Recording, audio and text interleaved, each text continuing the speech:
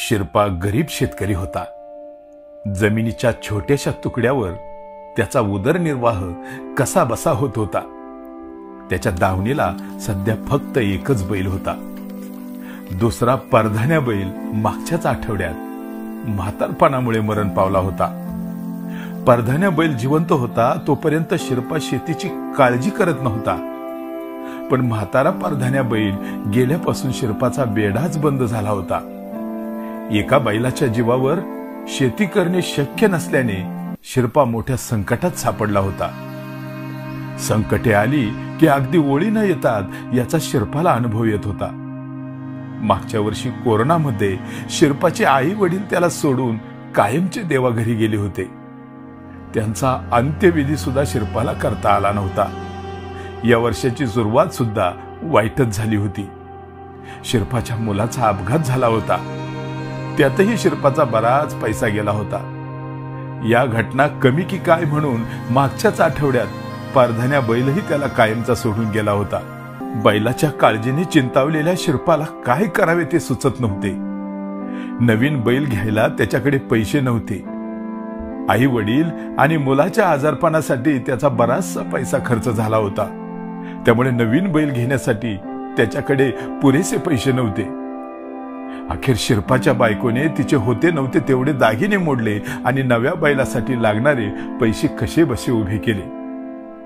पैशाची तजवीज होता शिरपाने तालुक्याच्या बाजारातून एक चांगला बैल विकत आणला. त्या बैलाचं नाव शहेनशाह होतं. बैल फारच गुणवान होता. स्वभावानं एकदम गरीब आणि कामाला वस्ताद होता. शहेनशाह बैल आणल्यापासून महिन्याभरात शिरपाने शेतीची बरीचशी कामे उरकून घेतली. शहेनशाह आल्यापासून शिरपाची चिंता कुठल्या कुठे दूर पळाली होती. पण शिरपाच्या संकटांचा फेरा अजून काही संपला नव्हता. एके दिवशी रानात चरत असताना शहेनशाहचा पाय कसा कोण जाणे घसरला आणि तो एका खड्ड्यात आदळला.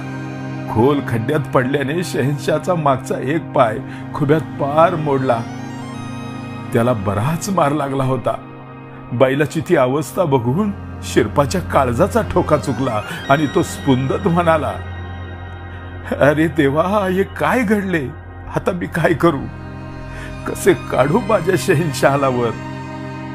शिरपा रडत रडत शहेनशाहला कुरवाळत बोलत होता, बाळा शहेनशाह, घाबरू नको. तुला काही होणार नाही. अरे मी आहे ना राजा तुझ्यासाठी. तू अजिबात चिंता करू नकोस. तुझ्यावर चांगले चांगले उपचार करीन. तुला पहिल्यासारखा धडधाकट करीन रे मी. शिरपा रडत रडत शहेनशाहला धीर देत होता. पण वरमी मार लागलेल्या शहेनशाहने अखेर मान टाकली होती. मालकाकडे केविलवाण्या नजरेने बघत त्याने आपले डोळे कायमचे मिटले. डोंगरासारखा धडधाकट बैल शहेनशाह असा अचानक जग सोडून गेलेला पाहून शिरपाच्या डोळ्यातून अश्रूच्या धारा वाहू लागल्या आणि धाय मोकलून रडत तो बोलू लागला, देवा, अरे असा मी काय गुन्हा केला होता रे, म्हणून तू माझ्यावर संकटांचा असा घाला घालत सुटलाय. देवा, अरे सोन्यासारखा माझा शहेनशाह का नेलास रे माझ्यापासून दूर? त्या बिचाऱ्याला काय शिक्षा दिलीस? अरे काय चुकले माझे म्हणून माझ्या नशिबी हे भोग आले? शिरपा काळी चिरत जाणाऱ्या सुरात आक्रंदत होता.